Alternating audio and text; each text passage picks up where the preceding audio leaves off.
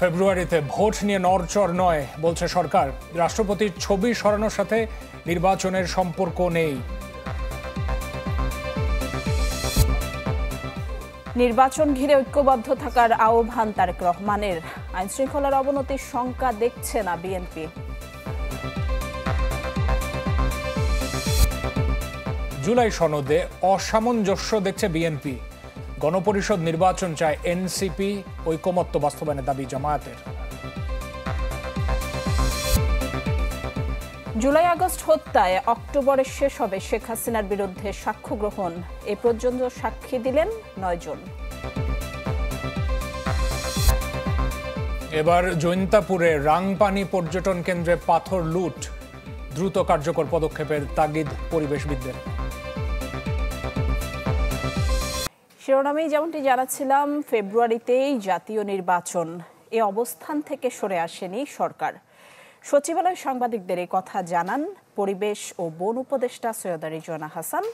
এ সময় ভোলাগঞ্জে সাদা পাথর লুট নিয়েও প্রশ্নের উত্তর দেন তিনি। স্বীকার করেন এ লুটপাটে প্রশাসনের যোগসাজশ ও নীরবতা ছিল। সচিবালয়ে সমসাময়িক বিভিন্ন প্রসঙ্গে কথা বলেন বন, পরিবেশ, জলবায়ু পরিবর্তন এবং পানি সম্পদ উপদেষ্টা সৈয়দা রিজওয়ানা হাসান। নির্বাচন অনুষ্ঠিত হওয়ার সময় নিয়ে বিভিন্ন দলের হিসাব নিকাশ ও রাজনীতি আছে জানিয়ে বলেন, ফেব্রুয়ারির প্রথমার্ধে নির্বাচনের অবস্থানে আছে সরকার। এর কোনো নড়চড় হয়নি। সরকার একটা সিদ্ধান্ত দিয়েছে চিন্তা করে, একদম সবার সাথে কথা বলে, রাজনৈতিক দলগুলোর সাথে কথা বলেছে, উপদেষ্টা পরিষদে কথা হয়েছে। সরকার আগে থেকেই বলে দিয়েছিল যে আমরা ডিসেম্বর থেকে জুনের মধ্যে দেব। সেই মোতাবেক সরকার ফেব্রুয়ারি বলেছে, এটা ফেব্রুয়ারিতে। তারপরে যার যার রাজনৈতিক অবস্থান থেকে শেষে কথা বলছে। সিলেটের ভোলাগঞ্জে বহুল আলোচিত সাদা পাথর লুটপাট প্রসঙ্গেও প্রশ্ন করা হয় পানি সম্পদ উপদেষ্টাকে। তিনি বলেন, পাথর লুটে দেখা গেছে সর্বদলীয় ঐক্য। এক্ষেত্রে প্রশাসনের যোগসাজশ অথবা নীরবতা ছিল বলে স্বীকার করেন তিনি। আমি এবং ফজল ভাই আমরা দুইজনেই ফিল্ডে গেলাম, আমি এবং খনিজ সম্পদ উপদেষ্টা। যখন আমরা ফেরত আসলাম তখন আমাদের গাড়ি ধরে যে অশ্লীল বিক্ষোভ প্রদর্শন করলো, সেই সময় যদি প্রতিবাদটা খুব জোরালো হতো না, তাইলে কিন্তু আজকে পরিস্থিতি ভিন্ন হতো। যাই হোক, বেটার লেট দ্যান নেভার। আমি জনগণকে ধন্যবাদ জানাই যে তারা এই লুটেরা গোষ্ঠীর বিরুদ্ধে যে তীব্র প্রতিবাদটা করেছে, যার ফলে আজকে যে অবস্থাটা সৃষ্টি হয়েছে। আর ভবিষ্যতে পাথর লুটবার আগে দুইবার চিন্তা করবে। সৈয়দা রিজওয়ানা হাসান আরও জানান, তিস্তা নিয়ে চীনের সাথে 2026 সালের 1 জানুয়ারিতে একটি প্রকল্প শুরু হবে। তবে এর শর্ত এবং অর্থায়ন নিয়ে এখনো আলোচনা চলছে। আমরা যে প্রকল্পটাতে হ্যাঁ বলেছি, সেই প্রকল্পটা কাগজে পত্রে এখনো লেখা আছে 1 জানুয়ারি 2026 থেকে শুরু হবে। আগের সরকারের চীনের সাথে বাংলাদেশের সকল নদ নদী বিষয়ে একটা মাস্টার প্ল্যান করার চুক্তি ছিল এবং সেখানেরই একটা অনুষঙ্গ ছিল তিস্তার উপরে একটা মাস্টার প্ল্যান। এবং স্বপ্নিল শাহরিয়ার শিশির, চ্যানেল 24, ঢাকা। যেসব বিদেশি কূটনৈতিক মিশন ও দূতাবাস থেকে এখনো রাষ্ট্রপতি মোহাম্মদ শাহাবুদ্দিনের ছবি সরানো হয়নি, পররাষ্ট্র মন্ত্রণালয় নির্দেশনা দিয়েছে এই সব ছবি অপসারণের। শুক্রবার ফোনে এই নির্দেশনা দেওয়া হয়েছে। আর এই বিষয়ে বন ও পরিবেশ উপদেষ্টা বলছেন যে এই ছবি সরানোর সাথে নির্বাচনের কোনো সম্পর্ক নেই। আর সাবেক সচিব আব্দুল আউয়াল মজুমদার বলছেন যে এই সিদ্ধান্ত অদূরদর্শী। সারা বিশ্বে বাংলাদেশের মিশন ও উপমিশন রয়েছে 82টি। ছাত্র জনতার গণ অভ্যুত্থানে শেখ হাসিনা সরকারের পতনের পর 65টির বেশি মিশন ও উপমিশন থেকে সরিয়ে ফেলা হয় রাষ্ট্রপতি মোহাম্মদ শাহাবুদ্দিনের ছবি। যেসব কূটনৈতিক মিশন থেকে এখনো রাষ্ট্রপতির ছবি সরেনি, শুক্রবার পররাষ্ট্র মন্ত্রণালয় থেকে নির্দেশ দেওয়া হয় ছবি অপসারণের। বিদেশে কর্মরত 2 শীর্ষ কূটনৈতিক চ্যানেল 24-কে এই নির্দেশনা পাওয়ার বিষয়টি নিশ্চিত করেছেন। এ বিষয়ে সচিবালয়ে কথা বলেছেন বন ও পরিবেশ উপদেষ্টা। বলেন, কি প্রেক্ষিতে রাষ্ট্রপতির ছবি সরাতে বলা হয়েছে তা তার জানা নেই। তবে এর সাথে নির্বাচনের কোনো সম্পর্ক নেই বলে মন্তব্য করেছেন তিনি। সরকারি পর্যায়ে সকল মহলের সিদ্ধান্ত হলে ওটা তখন লিখিত থাকতো।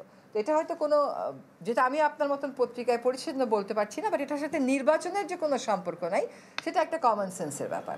বিষয়টি নিয়ে কথা হয় সাবেক সচিব AKM আব্দুল আওয়াল মজুমদারের সাথে। তিনি এই নির্দেশনাকে পররাষ্ট্র মন্ত্রণালয়ের দূরদর্শহীনতা ও সমন্বয়হীনতা হিসেবে দেখছে। সরকারে আমলা বলেন, উপদেষ্টা পর্যায়ের বলেন, সহকারী উপদেষ্টা পর্যায়ের বলেন, ওনাদের মধ্যে সমন্বয় নাই, ওনাদের অভিজ্ঞতাও নাই, ওনাদের দূরদর্শিতাও নাই, যার কারণে এই বারবার হোঁচট খাচ্ছে এবং এই ছোট ছোট জিনিসগুলো বড় আকারে উদ্ভাসিত হয়েছে। মানে এই সরকার একটা রাষ্ট্র পরিচালনার জন্য যেরকম টিম দরকার সেটা সাজাইতে পারে না। বিদেশি কূটনৈতিক মিশন ও দূতাবাস থেকে সরাতে বলা হলেও রোববার পররাষ্ট্র মন্ত্রণালয় ক্যাফেতে ঝুলতে দেখা যায় রাষ্ট্রপতি মোহাম্মদ শাহাবুদ্দিনের ছবি। মোর্শেদ হাসিব, চ্যানেল 24, ঢাকা। জনগণের মালিকানা প্রতিষ্ঠিত করতে একটি নির্বাচনের জন্য সবাইকে এক থাকার আহ্বান জানালেন বিএনপির ভারপ্রাপ্ত চেয়ারম্যান তারেক রহমান। গণতন্ত্র উত্তরণে কবি সাহিত্যিকদের ভূমিকা এবং করণীয় শীর্ষক জাতীয় প্রেস ক্লাবে মতবিনিময় সভায় তিনি আহ্বান জানিয়েছেন। এদিকে আজ আগারগাঁওয়ে নির্বাচন ভবনে যায় বিএনপির একটি প্রতিনিধি দল। সেখানে বিএনপি নেতা নজরুল ইসলাম খান বলেন যে নির্বাচন ঘিরে আইন শৃঙ্খলার অবনতির শঙ্কা দেখছে না তাঁর দল। একটা অবাধ সুষ্ঠু নির্বাচনের পক্ষে আমাদের সকলকে ঐক্যবদ্ধ হতে হবে, অর্থাৎ একটি অ্যাকাউন্টেবল অবস্থা দেশে তৈরি করা একান্তই প্রয়োজন। ফুলের সৌরভ, গণতন্ত্রের সৌরভ, মানুষের অধিকারের সৌরভ যেন আমরা সারা দেশে ছড়িয়ে দিতে পারি, সেই বয়ান নিয়ে আসবেন। শুভানুধ্যায়ী এবং সমর্থকরা তারা যেন শান্তিপূর্ণভাবে উৎসাহ উদ্দীপনার মধ্যে দিয়ে ভোটে অংশগ্রহণ করে। এটা আমরা এবং অন্যান্য যত রাজনৈতিক দল নির্বাচনে অংশগ্রহণ করবে আমি বিশ্বাস করি যে তাদের সবারই একই মনোভাব থাকবে, ফলে আইন শৃঙ্খলা পরিস্থিতি অবনতি হওয়ার কোনো সম্ভাবনা আমরা দেখি না আর কি। জুলাই সনদের খসড়ায় বেশ কিছু অসামঞ্জস্য রয়েছে। দলীয় ফোরামে আলোচনা করে বিএনপি মতামত দেবে বলে জানিয়েছেন সালাউদ্দিন আহমেদ। এদিকে এই সনদের চূড়ান্ত খসড়া দেখে আশাহত এনসিপি আর ঐকমত্য বিষয়গুলোর বাস্তবায়ন চায় জামায়াতে ইসলামী। জাতীয় ঐক্যমত্য কমিশনের সাথে রাজনৈতিক দলগুলোর আলোচনায় ৮৪টি বিষয়ে ঐক্যমত্য ও সিদ্ধান্ত হয়, যা উল্লেখ থাকবে চূড়ান্ত সনদে। দ্বিতীয় পর্বে প্রধানমন্ত্রীর মেয়াদকাল, নির্বাচনী সীমানা নির্ধারণ, রাষ্ট্রপতির ক্ষমার বিধান, বিচার বিভাগ বিকেন্দ্রীকরণ, জরুরি অবস্থা ঘোষণা, সংবিধান সংশোধনের মতো ১১টি মৌলিক সংস্কার প্রস্তাবে ঐক্যমত্য হয় রাজনৈতিক দলগুলো। এরই মধ্যে জুলাই জাতীয় সনদ ২০২৫-এর চূড়ান্ত খসড়া রাজনৈতিক দলগুলোর কাছে পাঠিয়েছে জাতীয় ঐক্যমত্য কমিশন। প্রতিক্রিয়ায় চ্যানেল 24-কে বিএনপি নেতা সালাউদ্দিন আহমেদ বলেন, জুলাই সনদের খসড়ায় বেশ কিছু অসামঞ্জস্য রয়েছে। দলীয় ফোরামে আলোচনা করে মতামত দেবে বিএনপি। তবে জুলাই সনদে ঐক্যমত্য হওয়া বিষয়গুলো দ্রুত বাস্তবায়ন চায় জামায়াতে ইসলামী। অসম্পূর্ণ জুলাই ঘোষণাকে সংশোধন করে এটাকে আইনি ভিত্তি প্রদানের যত যুক্তি আজকে এখানে সেমিনার দেওয়া হয়েছে সেটা মেনে নিতে হবে। প্রবন্ধকার চ্যালেঞ্জ দিয়ে বলেছেন, যদি আপনারা না পারেন, অক্ষম হন, তাহলে আমাদেরকে দায়িত্ব দেন, এই আইনের ভিত্তির ড্রাফট আমরা আপনাদেরকে সরবরাহ করব। আর সনদের চূড়ান্ত খসড়া দেখে আশাহত এনসিপি। জুলাই সনদ বাস্তবায়নে গণপরিষদ নির্বাচনের দাবি দলটির নেতাদের। কোন বিষয়গুলো আসলে নির্বাচনের আগে বাস্তবায়ন করা হবে, কোন বিষয়গুলো নির্বাচন আগে বাস্তবায়ন যোগ্য, সে বিষয়ে সুনির্দিষ্ট কিছু বলা হয়নি।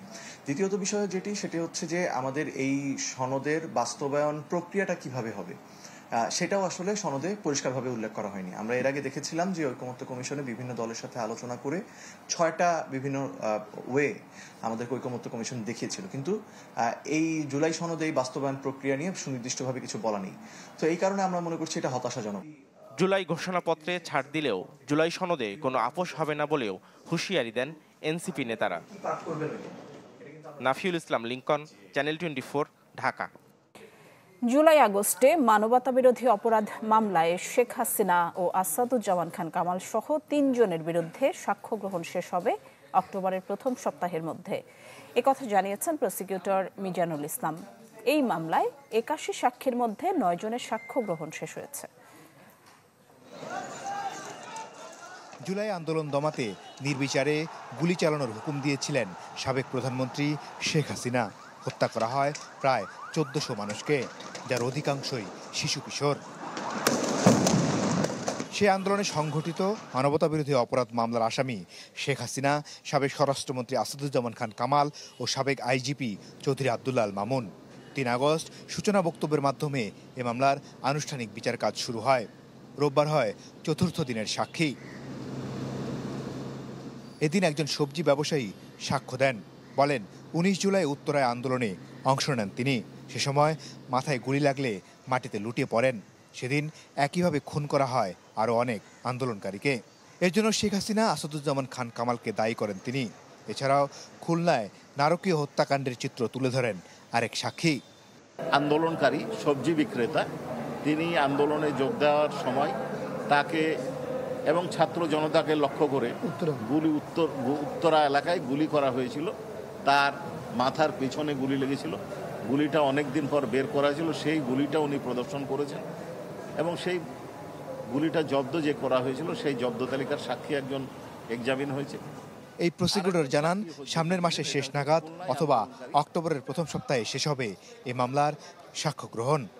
আমরা 81 জন সাক্ষীর তালিকা এখানে দিয়েছি। আইনে আমাদের অতিরিক্ত সাক্ষী দেওয়ারও সুযোগ আছে। আমরা আশা করছি যে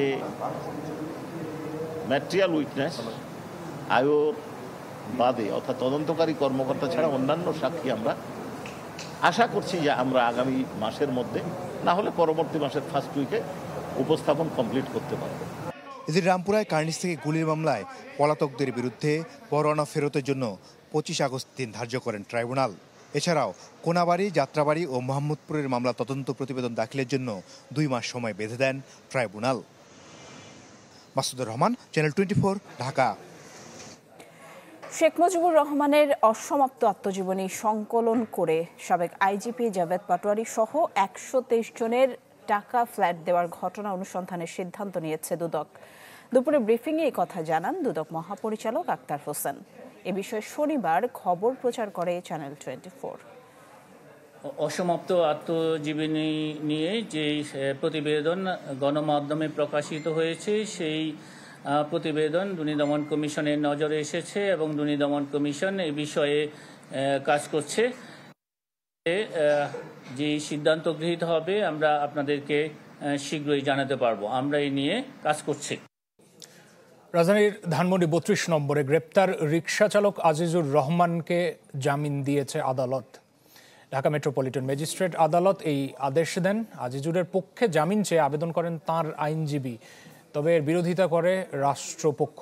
শুনানি শেষে রিকশা চালক আজিজুরের জামিন মঞ্জুর করেন আদালত। এর ফলে তার কারামুক্তিতে আর কোনো বাধা রইল না। 15 আগস্ট ধানমন্ডি 32 থেকে আজিজুরকে আটক করে পুলিশ। তাকে কিসের ভিত্তিতে সন্দেহভাজন হিসেবে গ্রেপ্তার দেখানো হয়েছে ধানমন্ডি থানার ওসির কাছে ব্যাখ্যা চেয়েছে অন্তর্বর্তী সরকার। ওই পুলিশ কর্মকর্তা সাম্প্রতিক কর্মকাণ্ড এবং বক্তব্যে কোনো অসঙ্গতি রয়েছে কিনা তা খতিয়ে দেখার উদ্যোগ নিয়েছে ঢাকা মহানগর পুলিশ।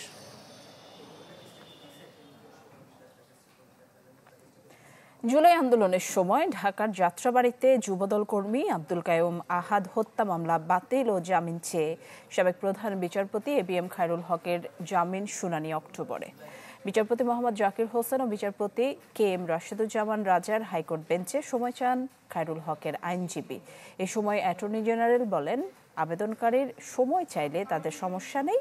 পরে হাইকোর্ট অক্টোবরে শুনানির দিন ঠিক করেন। গত 7 আগস্ট দাখিল করা আবেদনটি 11 আগস্ট সংশ্লিষ্ট হাইকোর্ট বেঞ্চের 18 নম্বরে ছিল। ওই দিন আবেদনটিতে খায়রুল হকের পক্ষে শুনানি করতে চাইলে রাষ্ট্রপক্ষ সময় আবেদন করেন। তখন দুপক্ষের বাকবিতণ্ডা হয়। আইনজীবীরা জানান, আদালতে এক পর্যায়ে ধাক্কাধাক্কির ঘটনাও হয়। অর্থ বছরের প্রথম মাস জুলাইয়ে এডিপি বাস্তবায়ন হয়েছে 1% নিচে জানিয়ে হতাশ পরিকল্পনা উপদেষ্টা ওয়াহিদুদ্দিন মাহমুদ।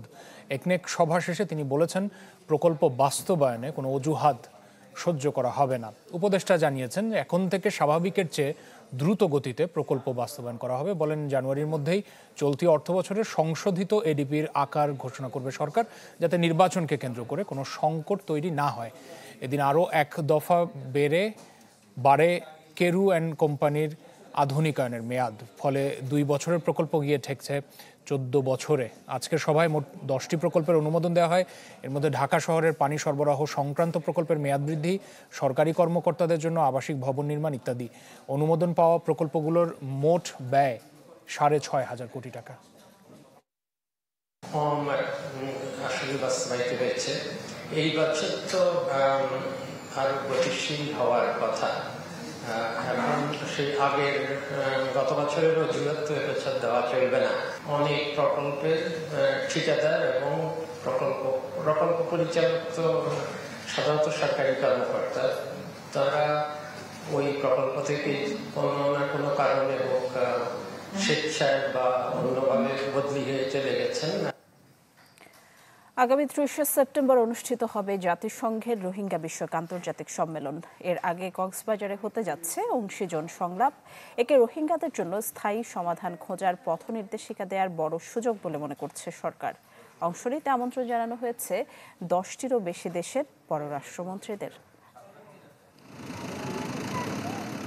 মিয়ানমারের জান্তা বাহিনীর নিধনযজ্ঞ থেকে প্রাণে বাঁচতে 2017 সালের আগস্টে রোহিঙ্গা ঢল শুরু হয় বাংলাদেশে। 8 বছর পেরিয়ে গেলেও একজন রোহিঙ্গাও ফেরত যায়নি নিজ দেশে, বরং গেল 1.5 বছরে এসেছে আরও 1.5 লাখ। অথচ কমেছে তাদের জন্য মানবিক সহায়তার পরিমাণ। এমন বাস্তবতায় অন্তর্বর্তী সরকার উদ্যোগ নিয়েছে সংকটের কথা বিশ্ববাসীকে আরও একবার জানাবার। সেজন্য চলতি বছরে আয়োজন করা হয়েছে একাধিক সেমিনারের। 24 থেকে 26 আগস্ট কি আলোচনা করা হবে সেই বিষয়টি তুলে ধরতে রাজধানীর ফরেন সার্ভিস একাডেমিতে কূটনৈতিক ব্রিফ ডাকেন ডক্টর খলিলুর রহমান। পরে তিনি বলেন, রোহিঙ্গাদের স্থায়ী ও প্রকৃত সমাধান বের করার বড় সুযোগ 25 আগস্টের কক্সবাজারের সম্মেলনে তৈরি হতে পারে। এই সম্মেলন হচ্ছে রোহিঙ্গাদের জন্য এবং বিশ্ব সম্প্রদায়ের জন্য এই সমস্যার একটা স্থায়ী এবং আশু সমাধানের পথ নির্দেশিকা দেওয়ার একটা বড় অপরচুনিটি। আমরা সেই কারণে রোহিঙ্গাদের ভয়েস, তাদের কথা, তাদের আশা আকাঙ্ক্ষা, তাদের স্বপ্ন, এগুলো আমরা সেই কনফারেন্সে নিয়ে যেতে চাই। তিনি জানান, এরই মধ্যে বিশ্বের 106টি দেশ আগ্রহ দেখিয়েছে রোহিঙ্গা সংকটে বাংলাদেশের পাশে দাঁড়ানোর। সর্বসম্মতিক্রমে এই কনফারেন্সটা আহ্বান করার সিদ্ধান্ত জাতিসংঘ সাধারণ পরিষদ গ্রহণ করে এবং বিশ্বের 106টা দেশ এটা কোস্পন্সর করে। সুতরাং এখন আন্তর্জাতিক সমর্থন যথেষ্ট পরিমাণ আছে। এ পর্যন্ত 10টির বেশি দেশের পররাষ্ট্রমন্ত্রী, আন্তর্জাতিক মানবাধিকার ব্যক্তিত্বদের আমন্ত্রণ জানিয়েছে অন্তর্বর্তী সরকার। মোর্শেদ হাসিব, চ্যানেল 24, ঢাকা। ভোলাগঞ্জের পর সিলেটের জৈন্তাপুরের রাংপানি পর্যটন কেন্দ্রেও চলছে পাথর হরে লুট। দিনে দুপুরে এমন অপকর্ম চললেও দেখার যেন কেউ নেই। পরিবেশবাদীরা বলছেন, প্রশাসনের নাকের ডগায় এই ধরনের লুটপাট কোনোভাবেই গ্রহণযোগ্য নয়। সিলেটের ভোলাগঞ্জের পাথর লুটের ঘটনায় আলোড়ন ওঠে দেশ জুড়ে। তার রেশ না কাটতেই একই পরিণতি আরেক পর্যটন কেন্দ্র জৈন্তাপুরের রাংপানির। গেল 1 সপ্তাহ ধরে দিনে দুপুরে চলছে পাথর হরিলুট। নির্বিঘ্নে এই কাজ করছেন শত শত শ্রমিক। শাবল কুড়াল দিয়ে ভাঙা হচ্ছে পাথর। রোববার এ নিয়ে সংবাদ সংগ্রহে গেলে চ্যানেল 24-এর রিপোর্টার ও ক্যামেরা পার্সনের দিকে দা নিয়ে তেড়ে আসে এক যুবক। কৈফিয়ত চায় কেন ভিডিও করা হচ্ছে। পরে স্থানীয় হস্তক্ষেপ করলে চলে যায় সে। পর্যটক ও ব্যবসায়ীরা বলছেন, সব প্রাকৃতিক সৌন্দর্য সমান গুরুত্ব দিয়ে রক্ষা করতে হবে। তাই দ্রুত কার্যকর পদক্ষেপ নেওয়ার দাবি তাদের। পুলিশও নাই, এখানে প্রশাসনের কোনো মানুষ নাই, যে যেমনি পারতেছে হরি লুটের মতো নিতেছে পাথর। এই সুন্দর স্পটগুলো হচ্ছে নষ্ট হয়ে যাচ্ছে, মানুষ মুখ ফিরিয়ে নিতে পারে। তো এই কারণে এগুলা অবশ্যই হচ্ছে এই করা উচিত, রক্ষণাবেক্ষণ এবং লুট বন্ধ করা উচিত। পরিবেশবাদীরা বলছেন, রাংপানিতেও দুষ্কৃতিকারীদের নজর পড়েছে। লুটপাটের দায় নিতে হবে প্রশাসনকেই। ওই এলাকাতে বসে যদি তারা জানতে না পারেন, আপনি সিলেট থেকে গিয়ে আপনি সেটা জানতে পারেন। এখানের এই বিষয়টাই হচ্ছে গিয়ে ভাবনার বিষয়, যে এই প্রশাসন দিয়ে এই সম্পদ রক্ষা করা আসলে আদতে সম্ভব কিনা। যদিও প্রশাসনের দাবি, আইনশৃঙ্খলা বাহিনী সমন্বিতভাবে কাজ করছে। পরিকল্পনা রয়েছে টাস্কফোর্স অভিযানের। আমরা আজকে সকালে যেরকম বিজেপি ক্যাম্পে বলে দিয়েছি, বিজেপির পক্ষ থেকে একটা রাওয়াত দেওয়া হয়েছে, আর আগামীকালকে বা 2 দিনের মধ্যে হয়তো ঢাকা বড় টাস্কফোর্স অভিযান হবে। সিলেটের পর্যটন হারাচ্ছে তার আসল রূপ। তাই দ্রুতই এমন পরিস্থিতির পরিত্রাণ চান সবাই। Desk report, channel 24। চট্টগ্রাম বিশ্ববিদ্যালয়ের শতভাগ আবাসনের দাবিতে প্রশাসনিক ভবনে তালা দিয়ে বিক্ষোভ করেছে শিক্ষার্থীরা। মিছিল নিয়ে দুপুরে শিক্ষার্থীরা প্রশাসনিক ভবনের সামনে অবস্থান নেন। সেখানে তারা প্রধান ফটকে তালা দিয়ে শতভাগ আবাসনের দাবিতে স্লোগান দিতে থাকেন। তাদের অভিযোগ, বর্তমানে বিশ্ববিদ্যালয়ের মাত্র 21% শিক্ষার্থী আবাসন সুবিধা পাচ্ছে। বাকি ৭৯% শিক্ষার্থী ক্যাম্পাসের বাইরে অবস্থান করায় তাদের অর্থ খরচ এবং নিরাপত্তাহীনতার ঝুঁকি বেড়েছে। শিক্ষার্থীদের বিক্ষোভের সময় নিজ দপ্তরে অবস্থান করছিলেন উপাচার্য এবং উপ-উপাচার্য।